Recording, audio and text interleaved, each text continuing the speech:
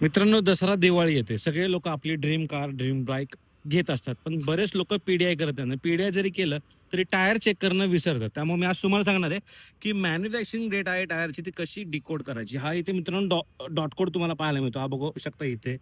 हा मित्रांनो आहे 37-23चा. म्हणजे 37 हा वीक आहे, 23 हा इयर आहे. 37 वीक आणि 23व्या वर्षामध्ये ही टायर्स आहेत ना ते बनलेले आहेत. टायरची जी मॅन्युफॅक्चरिंग डेट आहे ती तुमच्या गाडीच्या मॅन्युफॅक्चरिंग डेटच्या नियर अबाउट असली पाहिजे. मी पीडीआयचं एक शॉर्टमध्ये रील सुद्धा टाकलेली आहे. तिथे जाऊन तुम्ही चेक करू शकता की पीडीआय गाडीची कशी करायची. सो तर टायर्स नेहमी चेक करा. चेक करा म्हणजे असं चेक करायचं नाही की ते नक्षीकाम बघायचे, टायर डेप बघायचे किती आहे. तुम्हाला ऍक्च्युअली मॅन्युफॅक्चरिंग डेट चेक करायची. कारण टायरची जी लाईफ असते मित्रांनो ती फक्त असते 6 वर्षाची.